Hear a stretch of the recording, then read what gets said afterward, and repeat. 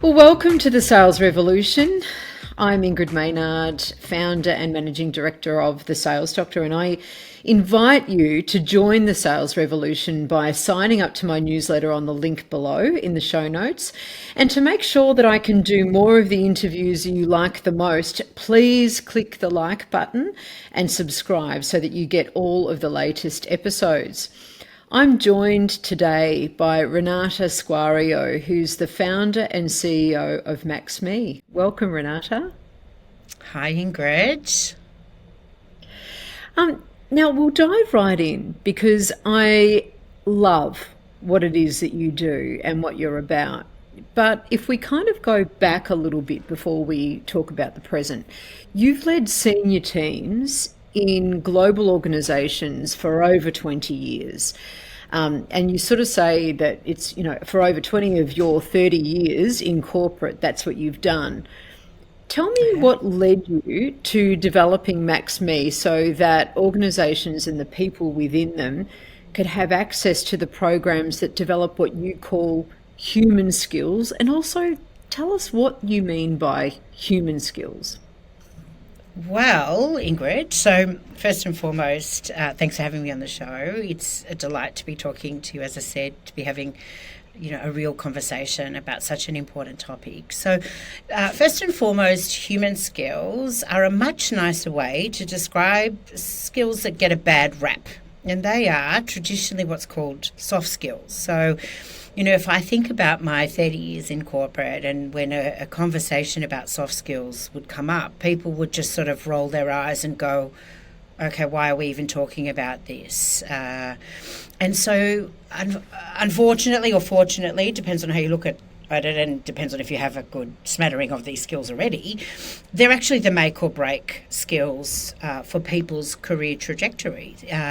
Traditionally, through education pathways, we over-index on the development of what's called technical skills. So, if we think about what we learn at school and what we go to sort of further education and do, whether it's uni or TAFE, you sort of get those kind of, I call them job-related skills from the point of view of executing technically. So, a doctor, a lawyer, a person, a banker, they've got a set of technical skills that they need to execute on. And then, of course, most importantly, when they show up as a human to human with other humans, because that's what we do, right? Most of us are working in service roles. So we either serve someone within our company or we serve someone outside of our company, but we're all in the service of something. And when we're in the service of something, that's human to human. And the skills that are required to bring all of those amazing outcomes to life, it's actually not the technical skills. I mean, they're still important, but it's actually the things that are kind of make us the best version of ourselves when we're working with someone else who's the best version of themselves, and together we're making magic happen. So we like to describe it as the emotional intelligence family of skills, the EQ skills. And, the research has shown that EQ is a 4 times higher determinant of career success than IQ alone. And in the EQ family, first and foremost, always start here is self-awareness. When we talk to leaders and we say what's missing in your workplace, in your culture, in your diversity, equity and inclusion pathway, one of the things that we hear the most, twice more than any other skill, is self-awareness. Actually, my people are not self-aware. They're not showing up as their self-aware version of themselves. And in the EQ family, that's the foundational layer, self-awareness. Because once you have that self-awareness, you can then move into the other critical thing, which is self-management. How do you show up in the world when you present yourself and when you work with others and when you do great things at work? So that's the kind of one side of things. And then on the other side of the EQ equation is the whole social skills and social awareness. What happens when I work with others?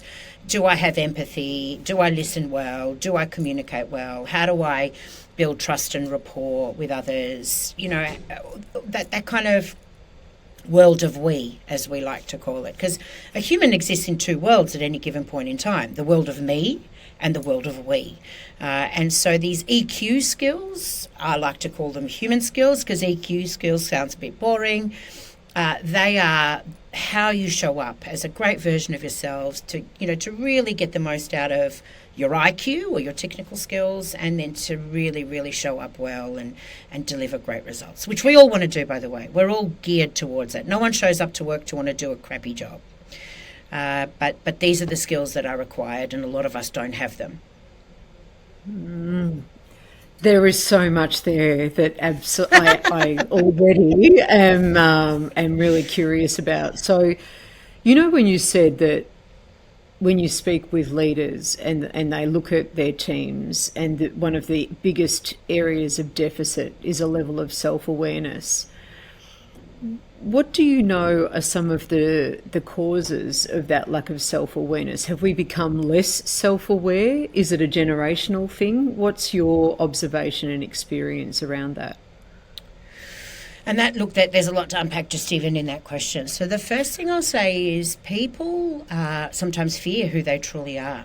And the reason for that is that, if I have to hold a mirror up to myself, then I've got to really do the work that's required once I take a good look. It's so much easier to look outward and go, oh, that person out there, or they're this, or they're that, or, they're failing me in this way, or they're failing me in that way. And that's why whenever I talk to anyone, and whenever I've coached anyone throughout my career, because I've actually coached a lot of people, obviously within the context of people leadership, I always saw my role as being in service of others' potential. So I would always take a coaching kind of approach to their career development. And we would always have the same conversation. Why are you worried about what other people are doing when the only person you can control is yourself? Like, you don't get to control others. You can only control yourself. And I've also said to people, don't look for really powerful leadership around you before you start looking at the most powerful leader you'll ever have, and that's yourself.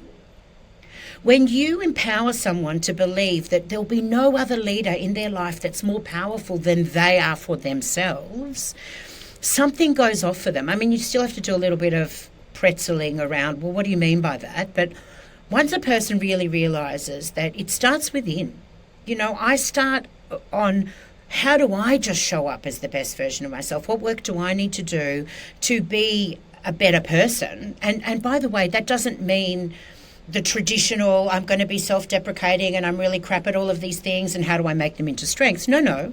It's how do you not be a lazy person, really connect with who you are at your best and do a lot more of that, and really connect with what you look like when you're not at your best, what's derailing you, and make sure that that stops derailing you. Like, do the work. And that's where we start to talk about self-management. So at the end of the day, self-awareness is a big responsibility. Because the minute I take responsibility for who I truly am, I hold the mirror up, I do the work. What are my values? What are my drivers? What do I look like emotionally? How do I show up? The minute you do that, it's sort of hard to look away from that. And then you sort of feel like compelled, like you have to do something, and gosh, that feels like hard work.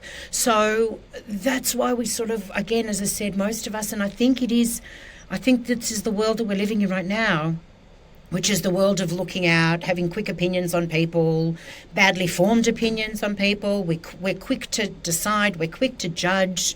We've got short attention spans, so we don't really want to do the deep dive around, well, if they're acting that way, why might they be acting that way? Am I contributing to that at all? All of that kind of work, that feels like hard work for people. So they sort of tend to stay away from that, or at least that's our experience of it. Oh, again.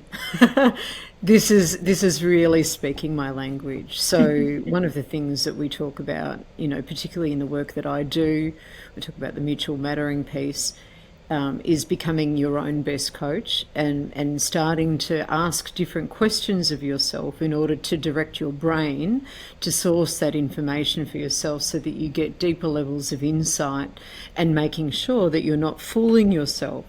So before we move into the we skills, a little bit around the social skills, social awareness, that link between self-awareness and self-management, how can people become more self-aware? What are some of the things that they can do to be more self-aware? And then what's the difference between self-awareness and self-management?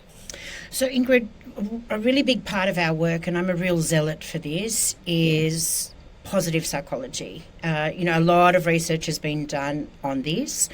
Martin Seligman, you would argue the father of positive psychology, talked about what happens to the human brain when you give yourself permission to openly and positively see yourself. We are wired. Look, humans, because of our survival instinct, we've got a negativity wiring, a negativity bias. So we're constantly looking for the things that can threaten us, and therefore we tend to sit in the negative. And we've really got to fight that in ourselves, because when you start to really embrace who you are from the positive angle, and again, people say to me, but you're letting people off the hook. And no, let's just suspend that. Let's start with the positive. What am I at my best? What am I wired to do really well? And how can I do more of that? Because when I do more of that, I find that the world just accepts me a lot better. I feel better about myself. And then, first of all, I'm less likely to do the kind of, self, what's the term when you do things to kind of undercut yourself? Self-sabotage, right? We're less likely to do the self-sabotage because we crave more of that positivity, those good vibes, right? Because of the dopamine that's released and all that kind of stuff. So we always start with the positive. So self-awareness always starts with, let's forget about the stuff you suck at. Let's start with what you're really good at. And let's give you a really simple language around that. Let's give you permission in our very, very alive and well tall poppy syndrome type of culture. It's okay to embrace and be confident about who you are. We're not talking about being an egotistical maniac and shoving it in people's faces, but just in your own space to just be clear on that. So we always start with that. Always start with strengths, and there's such a huge body of research that talks about people who know their strengths and use them are just more successful, feel better about the world, less stressed, all that sort of stuff. So we start there. But of course, we never, ever, look away from, well, what are the things that are derailing you? Like, what are the things you're less likely to do that might be getting in your way? And a good example of that is when we work with people who have honesty as a top strength and bravery as a bottom strength. Now, you'd say, how is that possible? How can you be honest and not brave? But actually, it is very possible, because the strength of honesty is I really have to give out to the world the honest view of things. I don't like to sort of cover things up. I really want to be honest. But if I've got low bravery and there's a high stakes situation playing out and I've got low bravery, I'm actually not going to speak up. Even though I'm innately wired to be honest, I can't be honest because I don't have the bravery, and I don't want to take the risk, or I don't want my manager, to fire me, or whatever goes on in our lizard brain. And so you can imagine that person, what derails them every day is actually being true to their own strengths and actually putting out those good thoughts into the universe. So we give people awareness, that self-awareness around, well, actually, if you do have low bravery, there will be times that you have to dial that bravery up. It doesn't mean you're going to be the bravest person in the room, but that self-awareness will drive where that is going to hold you back, and you need to light it up, and you need to lean in and be brave and say what needs to get said, or you're going to be frustrated, and then your behaviours are going to be not really tolerable behaviours in the workplace, because over time it will derail you and you will come across as being just not a very nice person to work with. So that's one example. The other example of derailers is, of course, overdoing strengths. So my top strength in my top 5 is zest. Zest is the strength of energy. So you'll see that I'm an energetic person, and most people will describe me as passionate and out there and, really sharing my vibes around. But you can imagine how that energy overdone can really derail scenarios. And I've, in my career, worked with a lot of introverted, quieter, more considered people. And I used to get called Hurricane Renata in my 20s because I would just blow in and, come on, guys, let's do this, and rah, rah, rah. And for a group of people that aren't necessarily wired the same as me, I feel like a tornado. And it's just like, whoa, no. And so it derails what I'm trying to do, which is get the group going and get them really fired up.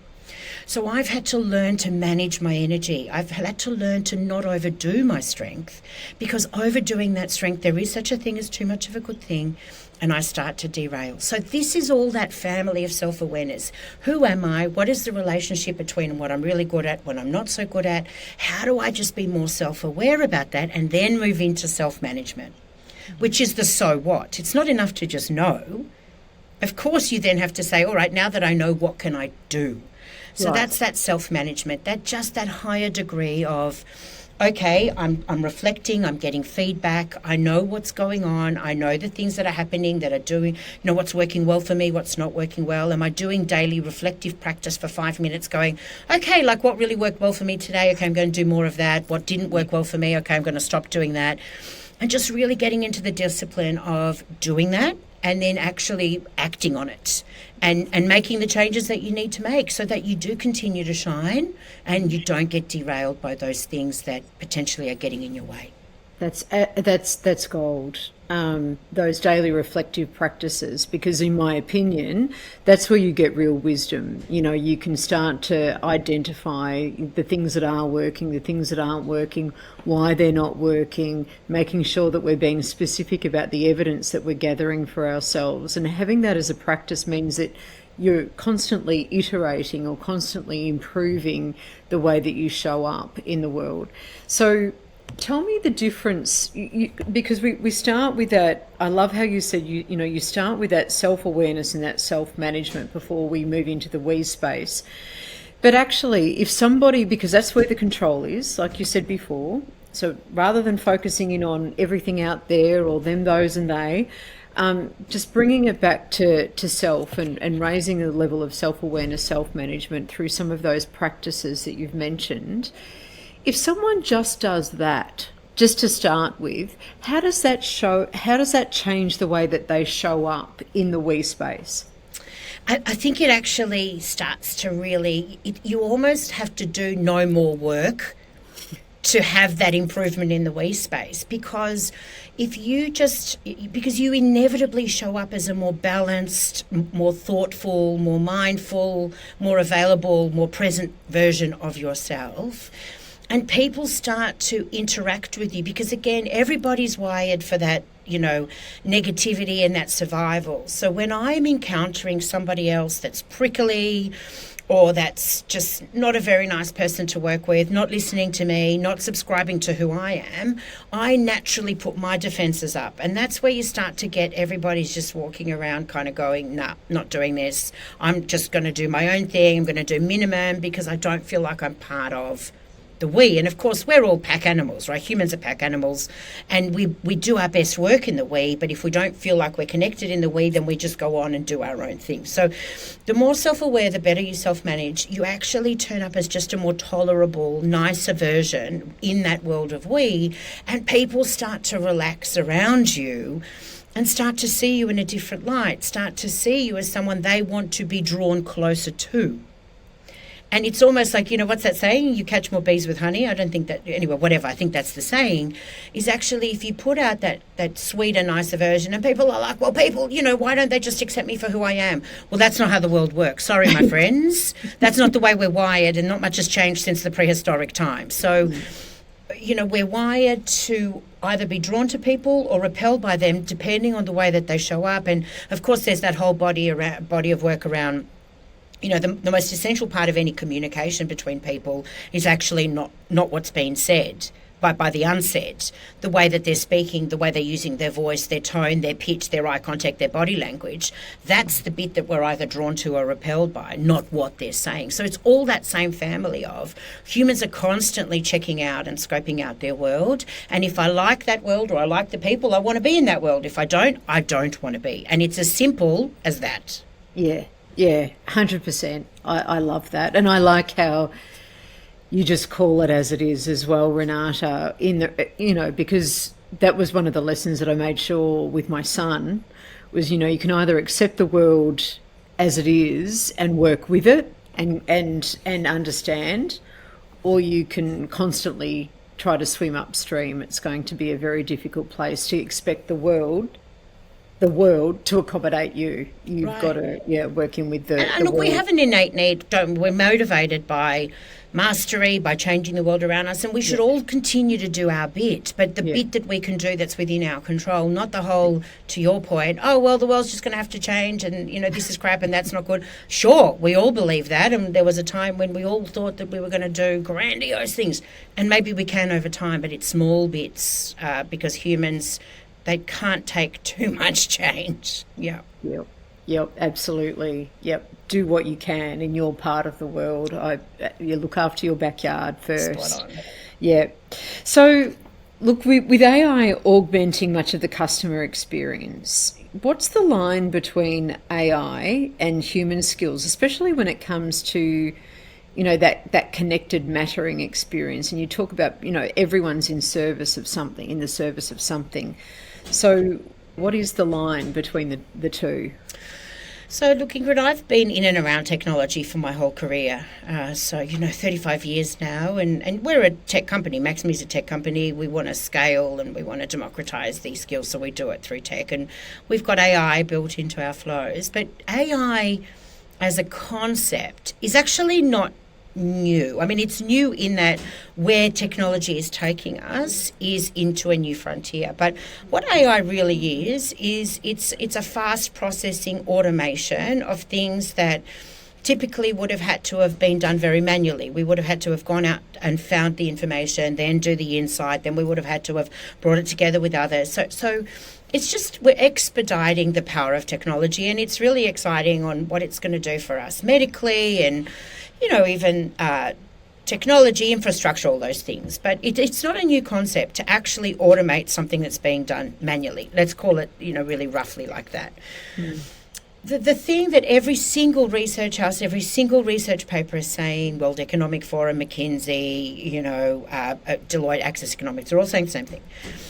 When you automate, you can really only automate the simple stuff, right? Bringing big data sets together, asking a question and bringing back insight, that's not hard. That's actually simple. It's transactional, it's repeatable. What's not simple is the insight driving off the back of that, the sort of problem solving in the creative space, the complex stuff. It's very difficult to automate complexity. And I know this, I used to run an automation center of excellence. And the minute we chose processes to automate that were complex, it was actually more trouble for us than actually doing it manually, because everything would be spat out as an exception. You've let people go by then. Oh no, now we have to actually process this thing manually. Who's going to do it? Whatever. So there's a scramble. So the reality is that the complex stuff will always be done by humans because it's very difficult to automate. And when the complex stuff is left to humans, once the robots come and the AI and the Gen AI and all of the, self-automated things that are going to happen, humans aren't going anywhere. So the stuff that's going to be left for them is complex. And in the complex space where cause and effect is very difficult to pinpoint, where hypotheses are the only real way that you can solve complex problems, you've got to be willing to fail, you've got to be willing to communicate and collaborate, because one single person cannot solve complex problems. You've got to be able to communicate ideas and influence and, all of those human skills. They're the skills that are going to be required because that's what's left for the humans. And so, the world of AI is an exciting world and the human world is an exciting world, but we just have to reorganize ourselves to get real about the stuff that will be left for us to do, and then what skills we need in order to be really successful in that world and to be able to solve problems and innovate and all those things. So that's why I am such a zealot for these skills that I've always kind of known were important. I've always led in that way, but I'm really buoyed, and we're doubling down on this because every single sign out of the ecosystem is that the skills that humans are going to need are not the skills they're being taught, number one, which is very scary. Education pathways are very traditional, and they are not. They are absolutely, and specifically in Australia, it's really scary, because I've just come back from India where they are starting to really make a move there, which is ironic, where we think it's a third world country, but actually they're a lot more advanced than us in their thinking around this. Yes. The things we are teaching and educating on in these 4-year degrees, by the time you come out of it, it's so irrelevant that it's embarrassing. But the skills that we do need are not getting taught. We really have to wake up, and we've got to start to expedite. Because actually, and it's not doomsday of me, but the runway is shortening. If you look at the Deloitte Access Economics report, they basically say that 2/3 of roles will be highly human skill dependent by 2030. That's not long away. Yes, and that's the piece that we don't often talk about when it comes to AI. Is that next level of communication skills. So where my mind goes next is into the fact that the workforce is today and certainly in the next 10 years will have probably 5 different generations working in them. And, all of those different generations, the baby boomers, the Gen Xers, the Gen Ys, the millennials, the Gen Zs, the Gen Alphas, well, there's 6, at least 5, with all of their different levels of technology native upbringings or communication, human-centric, conversationally driven upbringings. What do you think workforces need to do in order to prepare their people to have that higher level communication skills across all of those different generations? This is an adaptive challenge that you've just described. It's a real challenge. So first of all, we know that people are likely to stay in the workforce longer. This whole concept of retiring by 50, maybe a small percentage of people will, but actually we can't afford that because our birth rate is dropping, which means we're not going to have enough skills. So we're either going to have to import the skills or people are going to have to work longer. And I've actually had a really nice debate about this when I've been in India recently around this concept of how do we keep the people that have mastered things in the workforce longer so that they can, of course, inculcate, mentor, and all that sort of stuff. But the problem is that their language is so different to the Gen Z. I don't know if you recently saw the lamb commercial on Australia Day. It was a piece of incredible marketing and advertising. So basically, when all of the different generations are living on different parts of the planet and there's all these cracks in between, and everyone's sort of shouting abuse at each other, and you don't understand this, but you don't understand that, and you're so has-been and blah, blah, and whatever. So it's like a typical all broken, we don't understand each other, and then, of course, they all come together and the whole world comes back together into one piece around this barbecue with lamb on it. But the concept is very true. We're actually more the same than we are different, but because we've been brought up with different norms, and of course our norms become our behaviours and our thinking patterns and all that sort of stuff, and because we've never really been challenged early enough in our life with a kind of the sameness, which the great equalizer for me is this concept of these sort of human skills. If we are all taught the same sort of concept from early enough in our career, we won't ever need leadership programs, because by the time we're leaders, it's just who we are. So that is, if anyone talks to me about what I dream about, it's that world where we don't have to have these big, leadership deep dives and big programs because we have to teach the leaders how to be good leaders. They're just innately good leaders because they understand this concept of the world of me and the world of we and emotional intelligence, etc., etc. So anyway, but I think if you think about, a person, and I'm nearly 52, but if I think about my peers and the way that what I've encountered in the workplace is it's still quite traditional, and it's sort of like I'm the boss here and I've worked so hard and I've got here a certain way and I know what works and what doesn't work. So there, the mindset, the neuroplasticity is probably not there as much, and it's really difficult. Don't try and teach me new things. I'm just too old for this and I'm close to retirement, whatever. And you can imagine also the older you get, and then there's the big I tell people I have the pause. There's the whole concept of women are leaving the workplace in droves because the workplace is not wired for their success, and others will argue, minority groups, that it's not wired for their success. So it's like a omelette basically at the moment at that top end, right, the older end, and it's like, I don't know how, I fear for those young people, which I do. I've got a 21-year-old daughter, but at the end of the day, they'll be fine. Because guess what? People were saying the same thing about us when we were 20. I fear for that younger generation, blah, blah. But the reality is that there is a big disconnect. And social media, the big technology divide, it's really caused people to have schisms between them. So, you have a generation of, everything they ever want in terms of information is there, but they can't process it. Their human brain that is wired just the same as we were during the dinosaurs, unfortunately, the brain is still wired that way, has not so evolved to the amount of data and information and making sense that is expected of the millennials, the Zs and the alphas. Like, they just don't know anything else. And that's why there's all these sleep issues and mental health issues and disconnection and loneliness, because it's so hard to make sense of it all. Yeah. But they're asking others that are up the tree to help them make sense, and those people go, we didn't, no one told us how to do that, so you go work it out on your own. So we've lost the love in our workplaces. And that middle bit, of course, of people who are really enjoying working from home because they have family commitments and they have pickups and drop-offs that they want to do, the people who the younger generations are learning off and role modelling for, they're missing in action. They're not actually getting that human touch with that middle. So they see the oldies in the workplace because they're happy to come. They're empty nesters. So, yeah, sure, I'm going to turn up to the workplace. And there's just all of like that. Really, our workforce is at the moment really struggling to make sense of what it needs to become to actually take the most out of this digital age that we're in and really smash it and really nail it. So I think the challenge for us, and it's not for managers and it's not for CEOs, it's for all of us. And it's not for the chief people officer and it's not for the chief diversity officer or any officer. It's all of us have to lean in. We've got to take a lot more of a hard approach to this, more empathy, more understanding, more open to different perspectives, more open to learning even if you're 65. We just have to take a very different approach because all of us are learning. The 65-year-old, the 15-year-old, we're all learning how to survive in this new normal.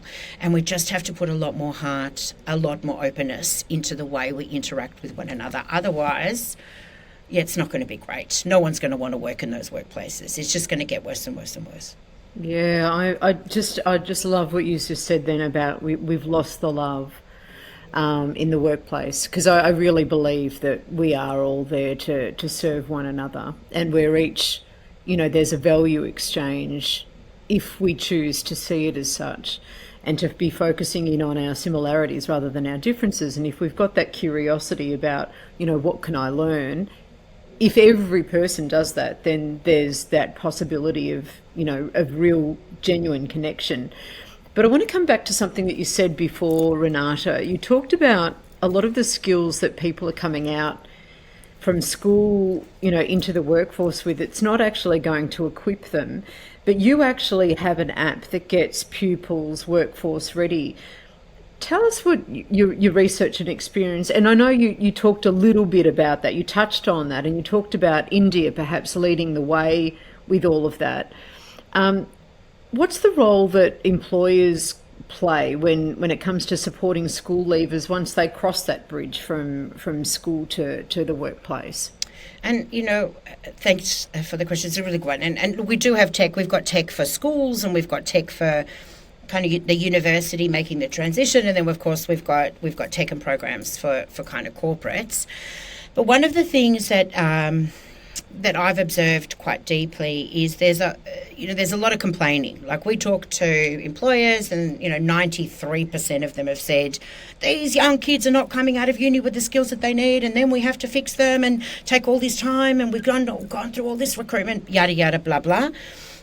So the reality is that no student wants to leave a very, long degree process to come into the workplace and fail. They're full of energy, they're excited, they just don't realise they don't have the skills that they need.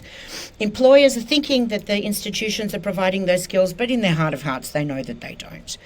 And so we do have this bridge that needs to be crossed. And unfortunately, and I'm very, very passionate about this, is you get the the graduate programs. Well, the reality is this. Only 4% of graduates get onto a graduate program. 96% of school leavers, of university students, don't ever go through a kid glove graduate program. They just start a job, right? They just go and get a job and they start. So there's none of this, onboarding and deep immersion, and we care so much about you and you're the leaders of the future and blah, blah.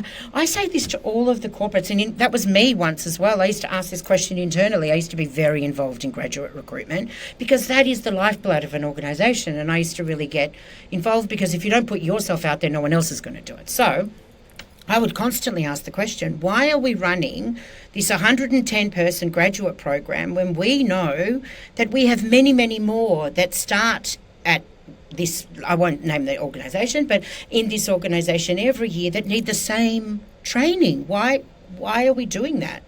And it's like, but we need to, ring fence, and we can't train everyone, and they just have to learn through their managers. And we all know that that's flawed. So we need a much better transition period from school to work. And it COVID's been terrible because all of those young people that have started haven't had the workplace to learn in. They've been learning over Zoom. And then when they get to the workplace, they're too scared to communicate or to open their mouth. Or if they open their mouth, they're putting their foot in their mouth because they don't actually know the tone in which to deliver or how to work in these multi-generational workplaces where someone's going, you upstart, seriously, did you just say that? So there is this bridging period which needs to be covered, and it's still it's a gap for us. It definitely is a gap, and it's a gap that we, Maxme, are very passionate about filling because it's a multi-thousands of people problem. Yes. And if you start to put a number on the lack of productivity in terms of how long it takes for a person to get to productivity, to get to competence, and what work needs to go into them to get them there, because, by the way, their managers who are managing them don't have these skills either. Sorry to say that out aloud. It's massive productivity impact. And actually, there's a multiple of $1 billion. Actually, it's been surveyed and researched. And, there's something in the tune of $50 billion of opportunity cost lost because people are lacking the productivity, because they can't work together, they can't problem solve together, they can't communicate well, they don't listen well to each other, and they're not productive. So there is an opportunity. Did you really say $50 billion? $50 billion. This is the research, and they've extrapolated out. But $50 billion opportunity cost because of the lack of productivity, because we're missing this in our workplaces. Wow.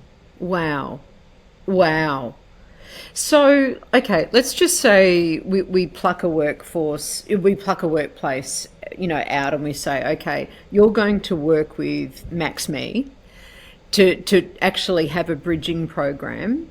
What could that look like for an employer or a workplace wanting to do something proactive to really bridge that gap for those school leavers to be able to have better communication, have better human skills?